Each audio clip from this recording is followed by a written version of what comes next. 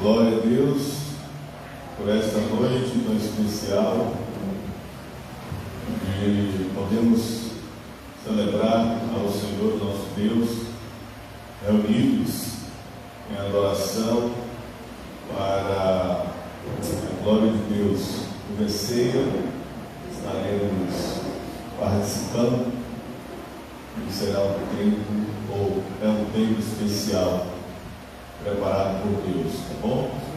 Te convido a abrir a sua Bíblia em Romanos capítulo 15.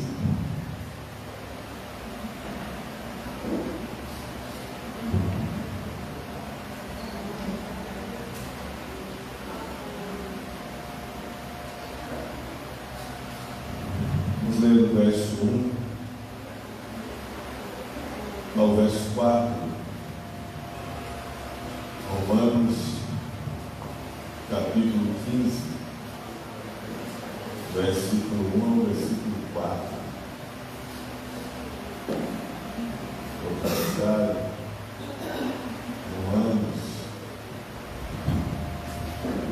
capítulo 15, verso 1 ao verso 4. Ok? Vamos à leitura, diz assim: nós que somos fortes devemos suportar as fraquezas dos fracos e não agradar a nós mesmos. Cada um de nós deve agradar ao seu próximo para o bem dele, a fim de edificá-lo. Pois também Cristo não agradou a si próprio, mas, como está escrito, os insultos daqueles que te insultam caíram sobre mim. Pois tudo o que foi escrito no passado foi escrito para nos ensinar, de forma que, por meio da perseverança e do bom ânimo procedentes das Escrituras, mantenhamos a nossa esperança. Amém? Glória a Deus. Vamos orar. Vamos orar ao Senhor nosso Deus. Pai, obrigado, Deus, pela leitura da Tua palavra, é viva, é santa. Coloco-me diante de Ti com toda a humildade, Pai, reconhecendo que Tu és o Rei dos Reis, somente Jesus é o Cristo. É pela obra do Teu Espírito Santo que nós podemos entender a Tua palavra. Que assim seja na vida de todos que estão aqui e os que estão acompanhando pela internet. Que o Teu Espírito Santo possa iluminar minha mente, Senhor, pela Tua bondade e misericórdia, para que Tu fale a Tua palavra com sabedoria, pelo poder e autoridade do Teu Espírito. Assim te agradecemos, em nome do Senhor Jesus Cristo. Amém. Glória a Deus. Meus irmãos, esse capítulo 15 que nós vamos estudar essa noite, vamos dividi-lo, na verdade, em duas partes. Hoje nós iremos ver do verso 1 ao verso 13. Na próxima semana, veremos do verso 14 até o verso 33. Hoje, esse versículo 1 ao 13, ele tem, Paulo, escrevendo aos Romanos, trata de algo muito importante para a igreja. Na verdade, desde o capítulo 14, ele já vem trabalhando a realidade da igreja para que os irmãos pudessem conviver de forma agradável a Deus, de forma alegre, vencendo as suas dificuldades com relação a costumes. E é o que ele trata no capítulo 14, como nós falamos na semana passada, onde Paulo tratou sobre a questão da alimentação e dos dias de festas. Capítulo 15, ele segue reforçando essa realidade da comunhão e como devemos viver na igreja para que o nome do Senhor seja glorificado. E o ponto fundamental aqui nesse capítulo 15 é Cristo Jesus. Jesus é o ponto fundamental, é o ponto-chave para a transformação e para a mudança. E isso é muito extraordinário, porque, irmãos, tudo está em Cristo. Toda a transformação, toda a mudança, tudo que precisamos, tudo está em Cristo. E Paulo trata diretamente a realidade da convivência dos irmãos e da comunhão, de forma que haja a transformação e as pessoas dentro da igreja, elas saibam conviver de forma digna. E por que isso? Por que isso, irmãos? Porque o resultado disso é a evangelização mundial, é proclamar o reino de Deus. A igreja que está unida e que vive a comunhão verdadeira e que vive negando a si mesmo, essa igreja, ela está focada no Evangelho. O resultado disso é a proclamação do Evangelho. Então esse capítulo 15, do 1 ao 13, vai mostrar esta realidade. E como Cristo é a base, é o fundamento, nós vamos ver nessa noite a igreja que possui a torre. Ontem nós tivemos o encontro dos remanescentes, foi uma bênção, uma maravilha, discipulado, e o culto dos remanescentes, nós falamos ontem sobre os remanescentes que possuem a torre. Hoje nós vamos falar sobre a igreja que possui a torre. Quando essa realidade da torre, já até temos falado aqui sobre torre, e é a mensagem que o pastor Mil tem aplicado, trazido lá na Coreia, que nós temos que levantar a torre absoluta, que vai destruir as torres de Satanás. Então a torre é uma edificação que tem a funcionalidade de defesa e de ataque. Defesa e ataque. Quando essa torre é firme, é bem fundamentada, ela cumpre o seu papel, ela cumpre a sua missão, ela cumpre o seu propósito para o qual foi designada.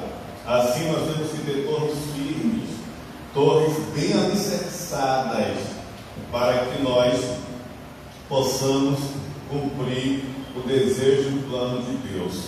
Por isso, irmãos, qual é essa característica da igreja que possui a torre? Nós vamos ver que tem um fator muito importante na introdução. Trabalhando a introdução, nós temos que saber quem é Jesus. Quem é Jesus?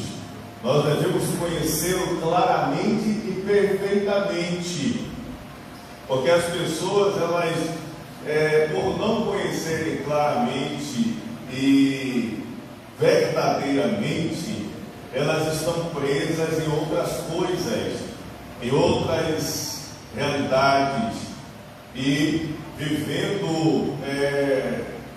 vivendo situações, informações que só trazem destruição e prejuízo.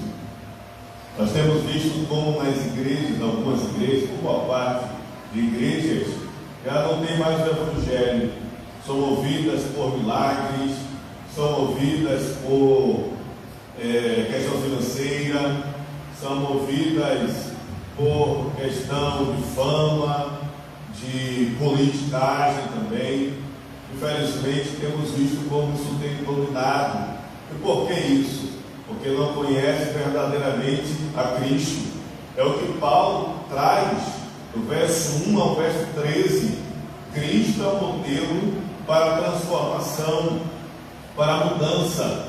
Deus nos chamou para que nós desfrutássemos de Cristo, e nessa nossa caminhada, nessa nossa trajetória de fé, através da palavra, a ação do Espírito Santo, vai acontecendo na nossa vida.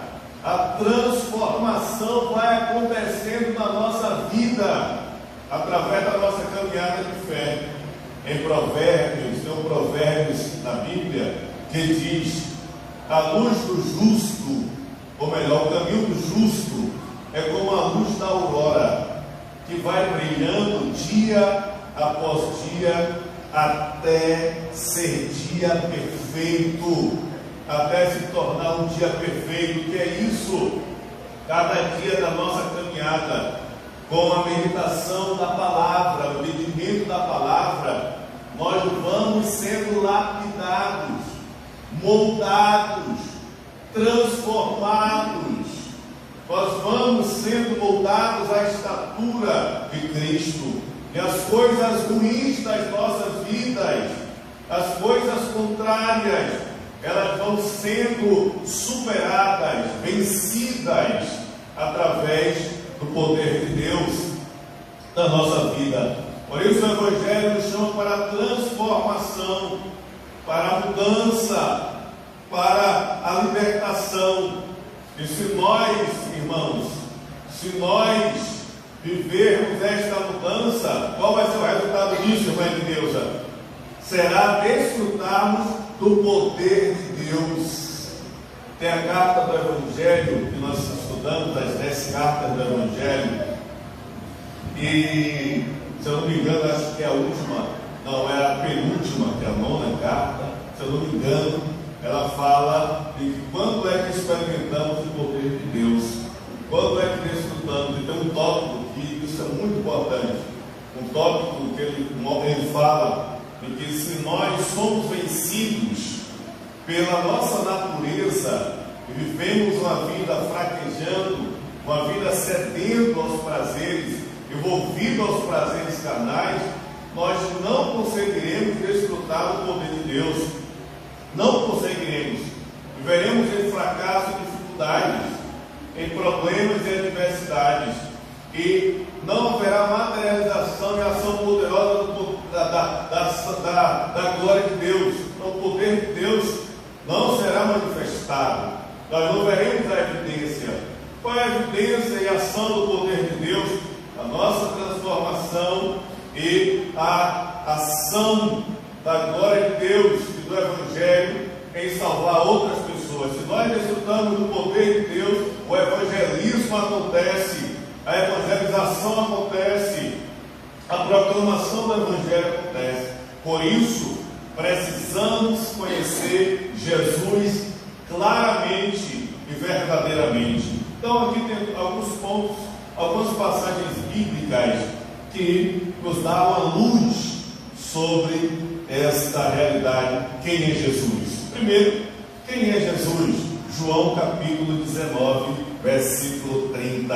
É aquele que resolveu todos os problemas, consumou todas as coisas. Em João 19, 30, Jesus disse: está consumado. Aleluia. O que quer dizer isso? Está resolvido, está concluído, está solucionado.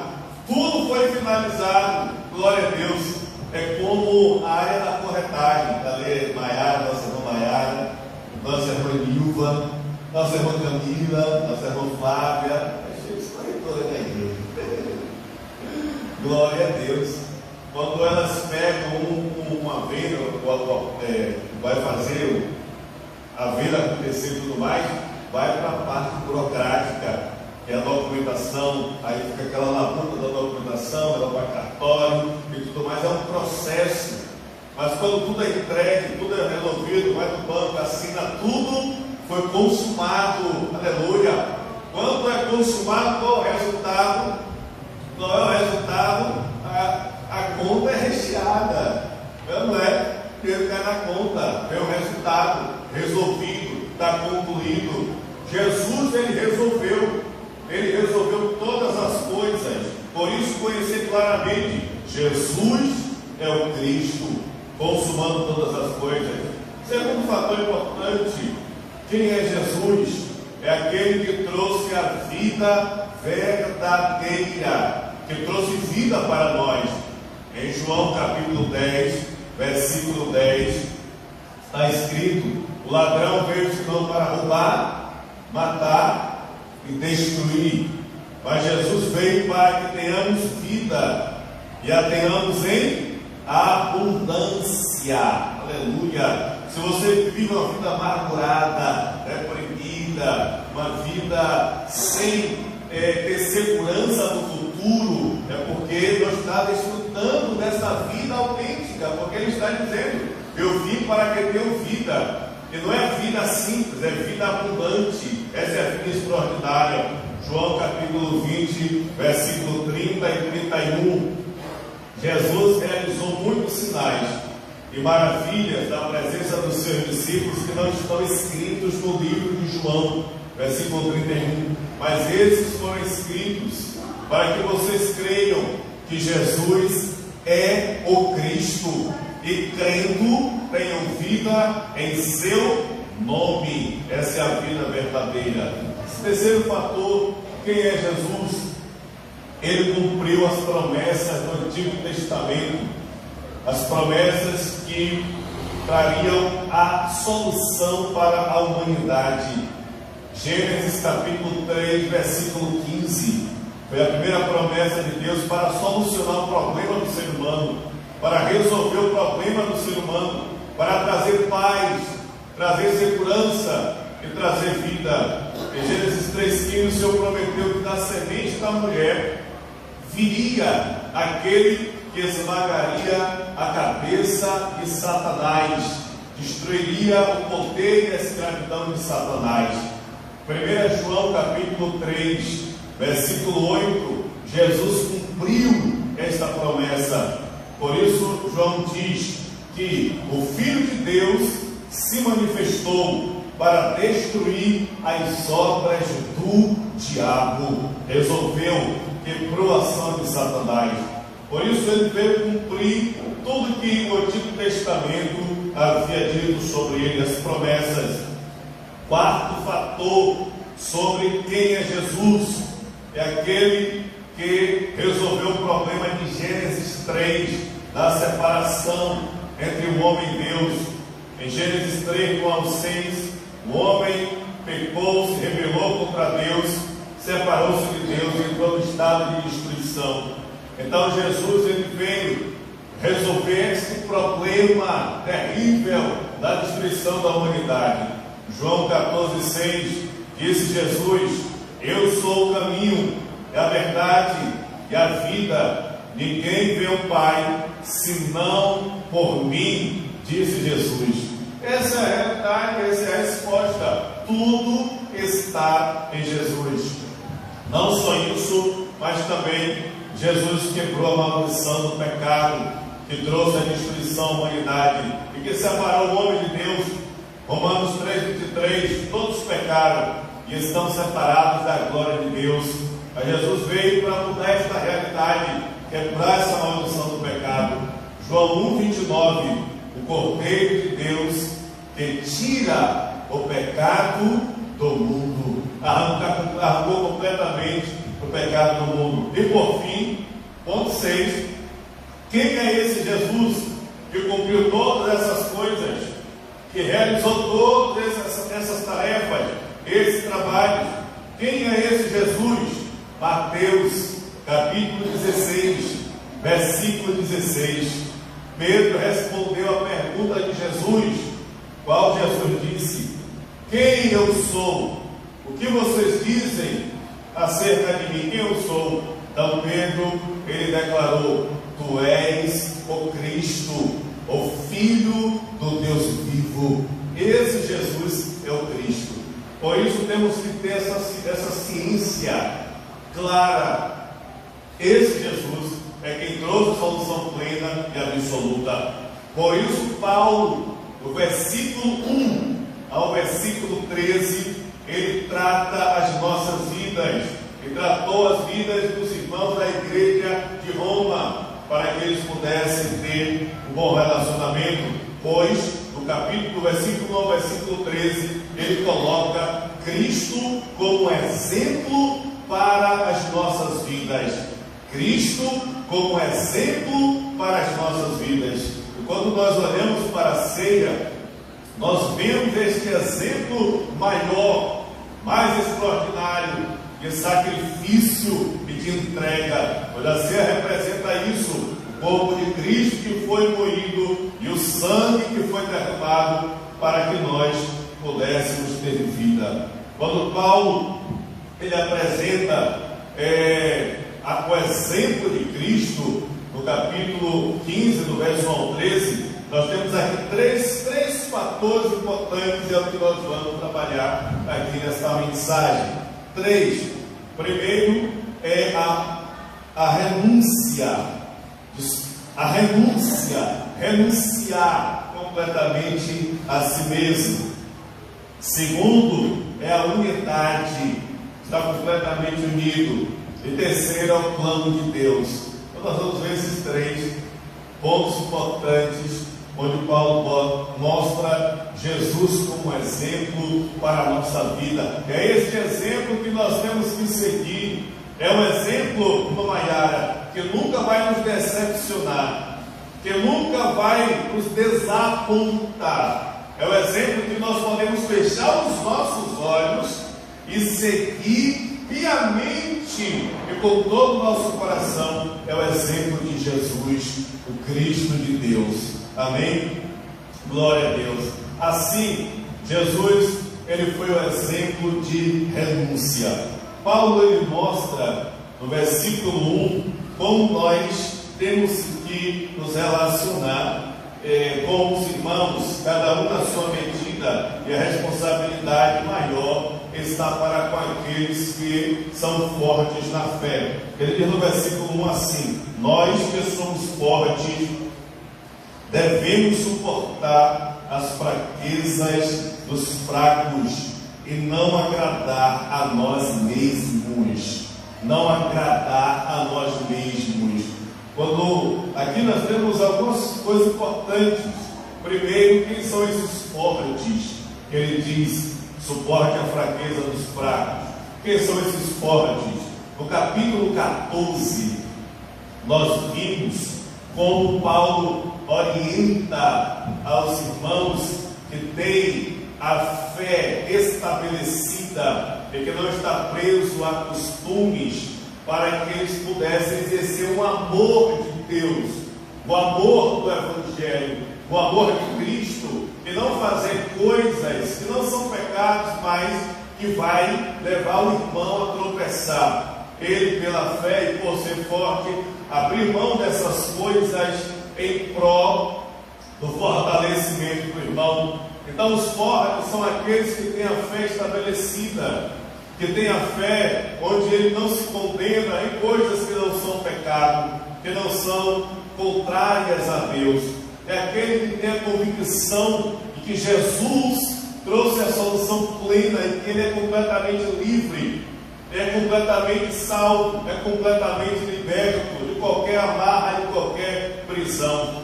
Por isso ele diz: o forte suporte a fraqueza dos fracos. Quem são esses fracos? São aqueles que estão no processo, ainda estão mais vagarosamente para compreender aquilo que Deus já fez nas suas vidas, a transformação, a restauração e a segurança de um coração pleno em Deus. Fracos que ainda estão caminhando no processo do amadurecimento da fé. Então, a orientação é: quem é forte, suporte a fraqueza dos fracos.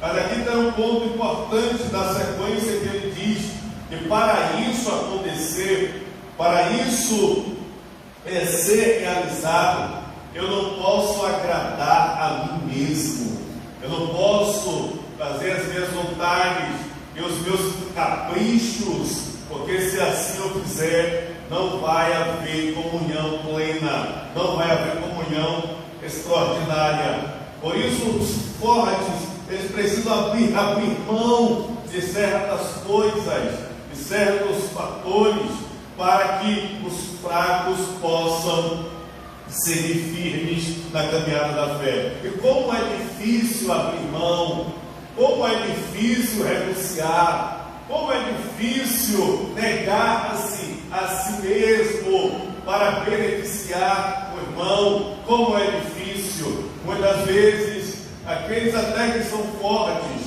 mas quando chega nesse ponto de negar-se, de não agradar a si mesmo, o eu parece que toma lugar e tenta se levantar, tenta tomar espaço e não abrir mão de certas coisas, abrir mão daquilo que vai trazer prejuízo, que vai trazer problemas ao irmão, ou suportar a fraqueza, como ele diz, suportar a dificuldade que o irmão está passando, a dificuldade pode ser de comportamento que ele está sendo trabalhado, suportar essas dificuldades. E para isso eu tenho que abrir mão do meu ego, minhas vontades, meus desejos, meus anseios, abrir mão de mim mesmo, de sentimentalismo. Por isso que ele fala dos fortes.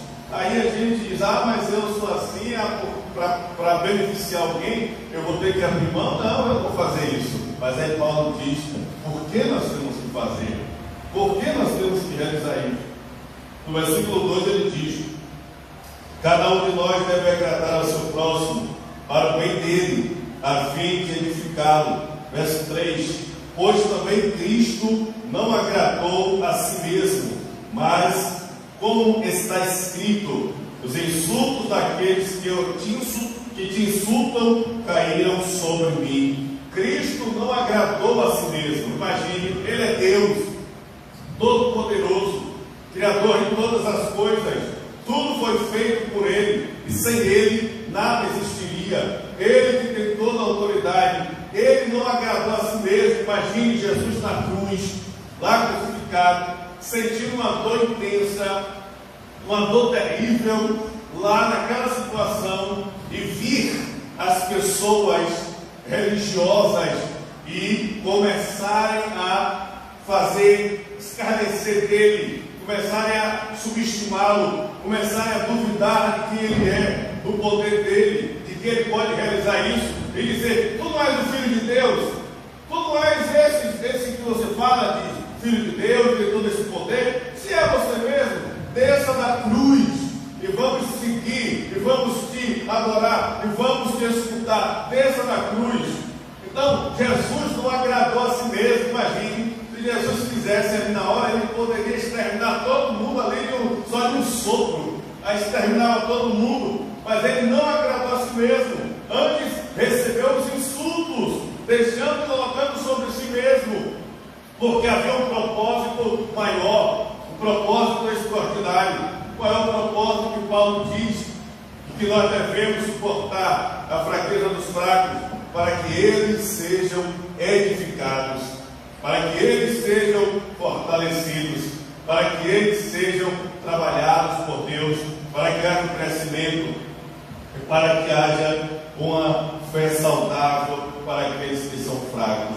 Assim, Cristo é um exemplo, que Ele mesmo abriu mão, Ele mesmo colocou-se como um humilde para que houvesse edificação. Imagine quando Jesus, no capítulo 13 de João, viu com os seus discípulos, ele pegou a bacia, a toalha, e começou a lavar os pés dos discípulos. Imagine que cena!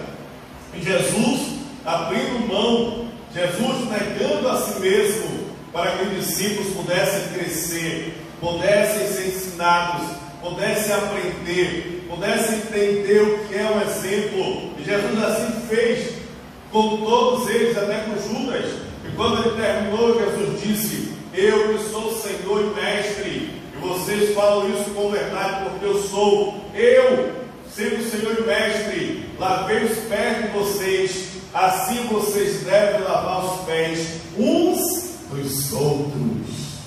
Meu Deus, renunciar, negar a si mesmo, abrir mão. Por isso que Jesus é a resposta plena, e para isso eu tenho que conhecê-lo claramente, verdadeiramente, conhecê-lo de todo o meu coração.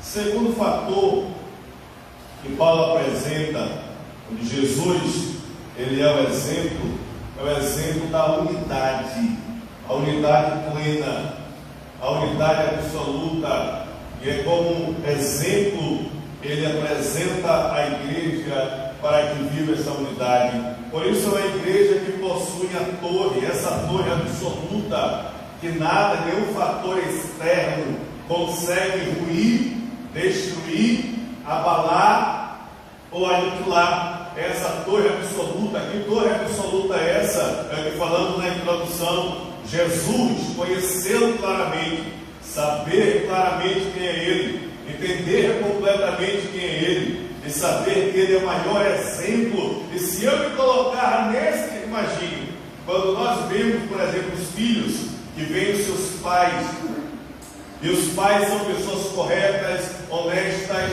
que trabalham, que fazem tudo certo, que prosperam e seguem. Os filhos, eles acabam vendo o exemplo dos seus pais, e seguem o exemplo dos seus pais, e passam a abraçar o exemplo dos seus pais, e tomar isso como impulso para as suas vidas.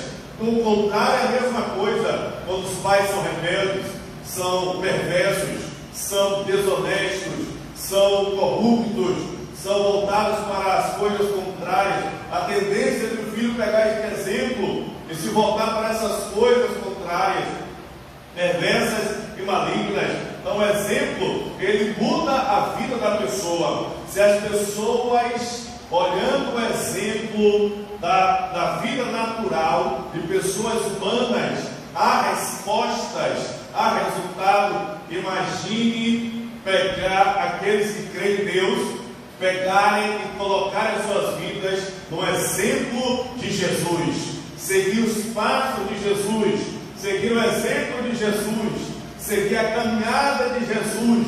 Qual resultado não será? Qual resultado extraordinário não terá? Seguir o exemplo de Jesus. Então, assim é o que Paulo ele apresenta no versículo de número 5 e o versículo 6, ele mostra essa realidade. No versículo 5 ele diz: o Deus que concede perseverança e ânimo, deles um espírito de unidade, segundo Cristo Jesus. Aleluia! Esse Deus eterno, supremo e soberano, que concede a perseverança e o ânimo, esse Deus que é poderoso, que está acima de tudo e de todos, esse Deus que é inigualável, Ele que é supremo e que tem todo o poder, Ele conceda perseverança e conceda ânimo. Foi o que Ele disse para Josué no capítulo 1: Josué, tem bom ânimo, não desanime, não desista, tenha ânimo. É esse Deus eterno que concede ânimo, concede perseverança. É o que Paulo diz. Ele também nos conceda um espírito de unidade. Espírito de unidade. Isso é muito importante, porque quando é falado do Espírito, está mostrando algo que é interno, que está na essência, que está no coração, que está no nosso interior, que vem de dentro e não de fora. Nosso espírito, o espírito de unidade. Isso é extraordinário, pois aquele que assim não tem, o resultado é destruição. Quando nós vemos em Gênesis capítulo 4, Caim, ele tem um espírito totalmente de rebeldia e de revolta. Por quê? Porque o espírito de Caim estava preso em Gênesis 3, da soberba, do orgulho, o eu que dominava o coração. Qual foi o resultado disso? Ele matou o próprio irmão. Divisão plena, divisão total, divisão extravagante, matou o próprio irmão. Por isso, Paulo mostra esta realidade de Deus que é supremo. Ele conceda a vocês espírito de unidade. Glória a Deus, porque isso é bem do coração interior, porque na sequência ele mostra que isso é através de Cristo Jesus, por meio e segundo Cristo Jesus. Pois, irmãos, esse exemplo de Cristo é extraordinário, porque Cristo, Ele agiu grandiosamente, soberanamente, para quebrar toda a divisão que há entre os povos, para que os povos pudessem estar unidos de todas as línguas e de todas as nações. Em João capítulo 4, Jesus ele quebrou essa realidade da divisão, mostrando a união plena e abraçar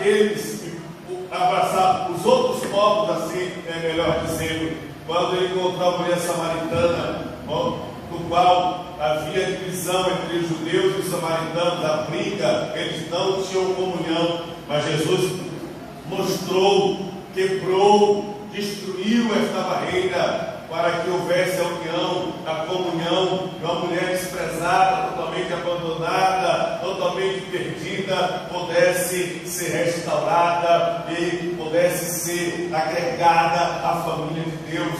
Jesus é ele esse exemplo de unidade e de comunhão. Imagine Jesus com 12 discípulos, temperamentos diferentes, comportamentos diferentes, atitudes diferentes, totalmente diferentes, mas Jesus fez com que eles estivessem unidos. Tanto é que Jesus morreu, só Judas que se perdeu, mas os 11 andaram unidos e fortalecidos pela graça de Deus, porque eles têm um espírito de unidade. Esse espírito de unidade é a ação poderosa de Jesus Cristo no nosso coração e na nossa vida, no nosso interior, que quebra todas as coisas contrárias no coração. Muitas vezes o que impede a união é a dureza do coração, coração duro, coração que não se inclina, coração que não se humilha, coração que não se arrepende, mas o espírito de humildade, de união, esse espírito que foi transformado e foi lapidado através de Jesus Cristo, através do Evangelho, pois em Cristo vem a mudança plena, é a mudança total, é a mudança extraordinária. Essa é a obra do Evangelho. E para que isso? Qual o resultado disso?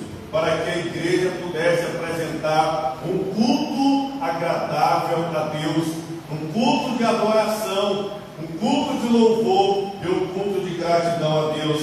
No versículo 6 ele diz: para que com um só coração e uma só voz vocês glorifiquem ao Deus e Pai de nosso Senhor Jesus Cristo. Aleluia! Um só coração, uma só voz, exaltem e glorifiquem a Deus o Pai. Essa é a realidade plena da comunhão e da unidade. Uma igreja unida que glorifica a Deus, que exalta a Deus, que presta o culto verdadeiro, o culto real, o culto autêntico, o culto extraordinário. Um coração voltado para o Deus eterno, não um coração perverso, não um coração maligno, não um coração que está voltado para coisas terríveis, para o ódio, para o mal, para as coisas contrárias.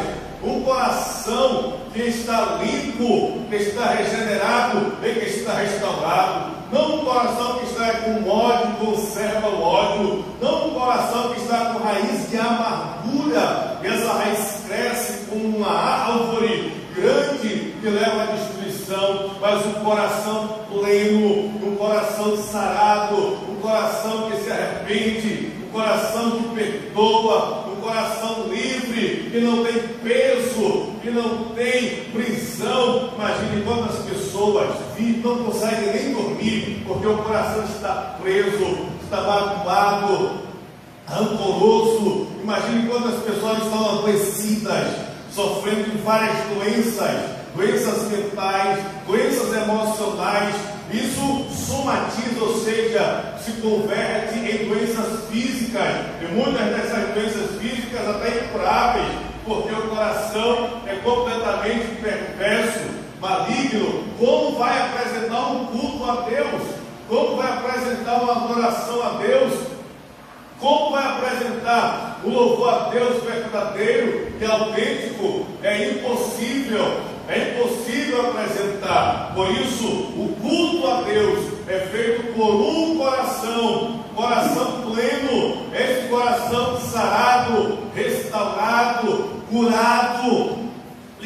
aberto pelo poder de Deus, pelo poder do Evangelho, pelo poder de Cristo. Por isso que é através de Cristo, é através do Evangelho, que vem a transformação do coração para a unidade da igreja, para apresentar a Deus um culto verdadeiro e autêntico, que Deus se agrade, que Deus receba, que Deus ele seja exaltado verdadeiramente e autenticamente. Por isso é a unidade da igreja, onde Cristo Jesus é o maior exemplo para esta unidade e para esta comunhão. Assim, por fim, temos o terceiro exemplo de Jesus, como o Filho de Deus, como Cristo, e que isso reflete para a igreja que possui a torre, a igreja que possui o Evangelho. Esse exemplo pleno de Deus é estabelecer e desfrutar e viver o plano de Deus. Viver o plano de Deus, esse é o resultado. Por isso Paulo escreveu esses versículos, do versículo 1 ao versículo 13 de Romanos capítulo 15, para que chegasse ao resultado da evangelização mundial, porque esse é o plano de Deus, que as pessoas elas conheçam, elas saibam e que existe um caminho, que existe uma solução, que existe uma resposta, que existe uma saída para que o ser humano possa ser livre, ser salvo, ser restaurado, ser liberto e ser curado. Uma resposta. Esse é o plano de Deus. A igreja unida, a igreja em comunhão vai resultar no cumprimento do plano absoluto de Deus. Assim, no versículo 7, Paulo ele fala da seguinte forma: portanto, aceitem-se uns aos outros, da mesma forma que Cristo os aceitou, a fim de que vocês glorifiquem a Deus. A igreja, para ter essa resposta da evangelização mundial, é preciso viver na comunhão verdadeira. Então ele diz: aceitem-se uns aos outros. Mas de qual forma? Qual é o padrão? Qual é o meio? Qual é o exemplo que nós vamos ter para aceitarmos uns aos outros? É o meu coração? São as minhas convicções? É o meu padrão? Não, porque o nosso padrão é falho. Nosso padrão, ele vai nos derrubar, ele vai fazer a gente enxergar os problemas e as dificuldades que as pessoas têm e fazer barreiras, levantar barreiras que impeçam a união. Por isso, esse exemplo é de Cristo. Como Cristo me aceitou, como Cristo nos aceitou, assim temos que aceitar os nossos irmãos. Como foi que Cristo nos aceitou? Quem éramos nós? Quem éramos nós? Quem era eu? Quem era você? Quem éramos nós? Cristo nos aceitou de livre vontade, como nós estávamos, na nossa condição, na nossa forma, todo perturbado, cheio de problemas, cheio de tribulações.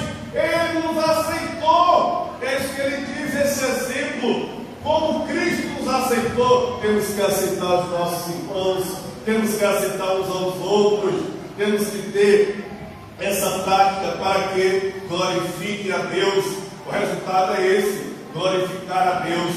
Aleluia! Porque quando recebemos, quando aceitamos, e a igreja ela segue a unidade, a palavra é ministrada, a pessoa e os irmãos eles se aceitam como são, e no momento, na medida da caminhada, no processo da caminhada, vai havendo a lapidação, a transformação, a mudança e a libertação. Por isso, as barreiras elas devem ser quebradas, as barreiras devem ser derrubadas, as barreiras devem ser eliminadas, para que a igreja siga unida, glorificando a Deus. Assim ele diz no verso 8: pois eu lhes digo que Cristo se tornou servo dos que são da circuncisão, por amor à verdade de Deus, para confirmar as promessas feitas aos patriarcas. Jesus é o maior exemplo. Ele se tornou servo daqueles que eram da circuncisão, ou seja, dos judeus, para que se cumprisse a lei e para que todas as promessas forem ou se cumprissem. Para isso Jesus tinha que ser servo. Aleluia, glória a Deus. Por isso nós temos que nos colocar como coração de servos, e serve uns aos outros, serve a todos com alegria de coração. O resultado disso foi as promessas serem cumpridas. Jesus, como servo, foi necessário para que a promessa cumprisse na sua vida. Que promessa é essa? De ser o Salvador, o Libertador, aquele que reconcilia o homem com Deus, aquele que liberta do pecado, das trevas e do poder de Satanás. Essa libertação plena e autêntica, ela vem através de somente Cristo. Qual é o resultado disso? É o que ele diz na sequência, no versículo 9: a fim de que os gentios glorifiquem a Deus por sua misericórdia. A fim de que os gentios glorifiquem a Deus por sua misericórdia. Os gentios serem alcançados, os gentios ouvirem a palavra, os gentios receberem a mensagem e pudessem glorificar a Deus. Por quê? O que é que os gentios glorificavam? Os gentios não glorificavam a Deus. Quem eram os gentios? Naquela época havia a divisão, existiam dois povos na visão dos judeus. Havia os judeus que eram puro sangue, que vinham de Abraão, esses eram os judeus, e todos os outros povos que não vieram de Abraão eram considerados gentios. Então os romanos, os bárbaros, todos os demais povos, esses eram gentios, ou seja, era todo o resto do mundo. Por isso que Jesus mostra que o resultado da união dele ser servo é a evangelização mundial. É que esses gentios, esses outros povos pudessem ouvir o Evangelho e glorificar a Deus. Por que glorificar a Deus? Porque eles não glorificavam a Deus, eles glorificavam a outros deuses, a outras coisas, serviam a outras coisas, adoravam a estátuas, adoravam a pessoas, adoravam a ancestrais, adoravam a divindades, adoravam a outras coisas menos a Deus. Então o resultado disso é a evangelização mundial, para que os gentios, os povos, pudessem conhecer, saber que existe um único Deus, e que só Ele é digno de ser glorificado, só Ele é digno de ser exaltado, só Ele é digno de ser magnificado, somente Ele, mais ninguém. Glória a Deus. Por isso é a evangelização mundial, proclamar o Evangelho, anunciar o Evangelho. E quando as pessoas elas estão glorificando a outras coisas que não é Deus, deuses e divindades, outras coisas, Satanás está dominando a vida delas, aprisionando. E o resultado disso, problemas, tragédias e tribulações, angústias, sofrimentos e dores, tribulações terríveis. Em 1 Coríntios, capítulo 10, versículo 20, Paulo declara que tudo aquilo que é sacrificado aos ídolos e aos deuses, na verdade, não está sendo sacrificado a Deus, mas sim aos demônios, os demônios de Satanás, que se aproveita dessa falsa adoração para trazer a destruição, para trazer a morte, para trazer a violência, para trazer a tragédia e a tribulação. Por isso é tão importante a unidade da igreja no exemplo de Cristo, para que essa luz que resplandece na igreja possa refletir para outras nações, para outras pessoas, para outros povos, para que eles entendam que somente Deus é que tem que ser glorificado e adorado. O resultado disso, o resultado desta realidade de glorificar a Deus, é que quando eu glorifico a Deus com o entendimento correto, com o meio correto, que é Jesus Cristo, eu vou ter a bênção plena de Deus estar junto comigo, que é o princípio que Ele estabeleceu. Eu retorno, eu sou restaurado, a vida de comunhão com Deus, é a bênção do Evangelho, é Deus que está conosco, é Deus que está comigo. Por isso, nós precisamos entender claramente e desfrutar desta segurança plena dentro do Evangelho, de que a igreja, o povo de Deus, vivendo não para si mesmo, não com os seus achismos e nem com o coração endurecido, mas sim vivendo a vida dentro do Evangelho, a vida com o coração voltado para Deus, um coração limpo, um coração restaurado, um coração humilde, um coração perdoador, um coração que se arrepende, um coração que é quebrantado. Esse é o coração humilde do Evangelho. Cristo veio fazer isso porque Ele é o exemplo pleno e máximo. E fazendo isso, reflete a glória de Deus. Como é que eu posso ter esse coração que é humilde, esse coração transformado, como Paulo diz, o espírito de unidade? Como é que eu posso ter? Somente através de Cristo, somente através de Jesus. Nós temos um exemplo, que eu quero concluir com esse exemplo. Nós temos um exemplo de Pedro, que era Simão. Ele andou com Jesus, Jesus o chamou, e na sua trajetória, Pedro tinha um coração duro, ele tinha um temperamento difícil, ele era problemático, não aceitava nada, ia para cima, não dava outra face, ele fazia tudo pelo impulso. Era o coração de Pedro, duro, ele era bravo, era a vida dele. E ele foi, e Jesus foi trabalhando com ele, o aceitou como ele era, e foi tratando a vida dele, foi ensinando a ele, foi ministrando a ele, até o diabo agiu na vida de Pedro, até o diabo atuou na vida de Pedro, de forma que Jesus disse: sai dele, Satanás, para trás de mim. Jesus repreendeu a ação de Satanás, que estava agindo na vida de Pedro. Mas esse Pedro, ele passou o seu processo, e Pedro chegou ao tempo de tomar a conclusão, chegou à conclusão que aquele que estava junto com ele ali, ensinando ele, aquele mestre, é o Cristo de Deus.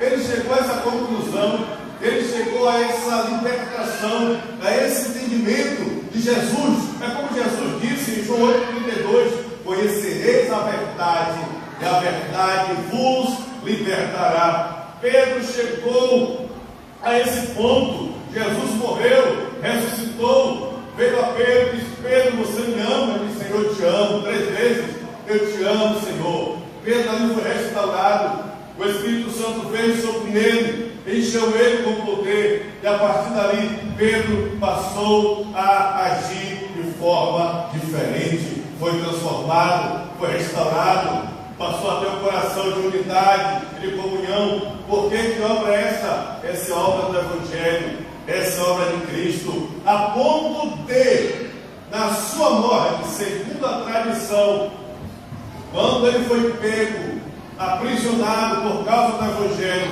e foi levado para a execução dele era a crucificação. E quando ele foi para ser crucificado, ele disse aos algozes: ei, não, eu não quero ser crucificado desta forma. Eu quero que você me crucifique de cabeça para baixo, porque eu não sou digno de morrer como meu Senhor. Aleluia. Esse é o coração de alguém que encontrou a Jesus, que encontrou a Cristo, que encontrou o Evangelho. Por isso Paulo diz aqui no verso 1 ao 13: você que é forte, suporte a fraqueza do fraco. E se você tiver alguma dificuldade, Jesus é o seu exemplo, porque Jesus, sendo forte, todo poderoso, ele se tornou servo para trazer a unidade do seu povo. Assim, ele agiu grandiosamente para que através do seu exemplo nós vivêssemos em unidade, e na unidade da igreja, na unidade do seu povo, vem grandes respostas de cura, resposta de libertação, resposta de transformação, resposta de restauração, de resposta do plano de Deus à evangelização mundial, proclamar o reino de Deus, o Evangelho às 237 nações e a todos que estão perdidos, aprisionados e nas mãos de Satanás. Essa é a libertação plena e autêntica.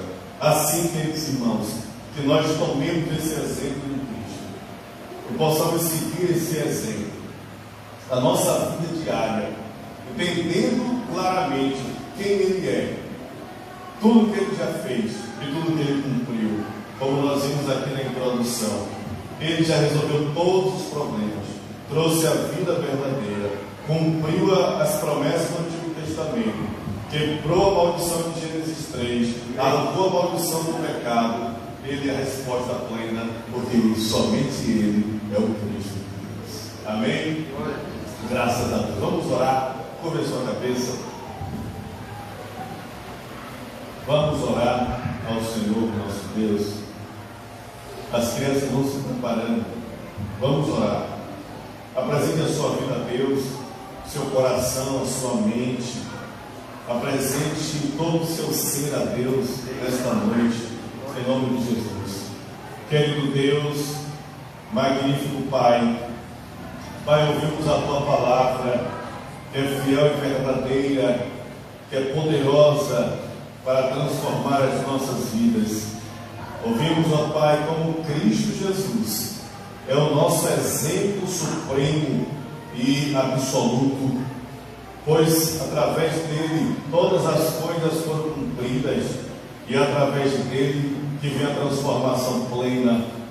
Assim, ó Deus, aquilo que ainda em nossas vidas, Pai, tornam-se barreiras, tornam-se dificuldades, e tudo aquilo que gera a dureza do nosso coração, Pai, que nessa noite seja quebrado, neutralizado, que haja mudança plena, Senhor, em nome de Jesus. Nós não queremos seguir, Pai, os nossos próprios desejos ou interesses, porque desta forma nós viveremos os nossos próprios sonhos e nossos próprios planos, e isso é fracasso. Nós queremos, ó Deus, seguir o exemplo de Cristo, no qual Ele se humilhou para a unidade plena, para que os povos pudessem alcançar a libertação e a salvação. Que assim, ó Pai, sejamos nós viver essa comunhão, essa unidade plena que está em somente Cristo, e através, Senhor, dessa unidade, vivermos a humildade, vivermos o quebrantamento de coração, vivermos o perdão, vivermos a comunhão, onde o Senhor reina, e assim glorificarmos a Deus, e desta forma, Senhor, refletir a todos aqueles que nos cercam e a todos aqueles que estão espalhados em todas as partes do mundo, para que sejam salvos. Assim, Pai, abençoa a todos, ó Deus, para que vençam as suas fraquezas, para que vençam as suas dificuldades, e para que sejam livres das amarras espirituais, das amarras contrárias, das cadeias malignas, que sejam livres, ó Pai, e possam viver esse coração transformado, esse coração que te adora, Senhor, Pai, de forma verdadeira e autêntica. Assim abençoa a todos, ó Deus, em nome de Jesus Cristo. Amém, amém e amém. Glória a Deus, aplauda ao Senhor Jesus.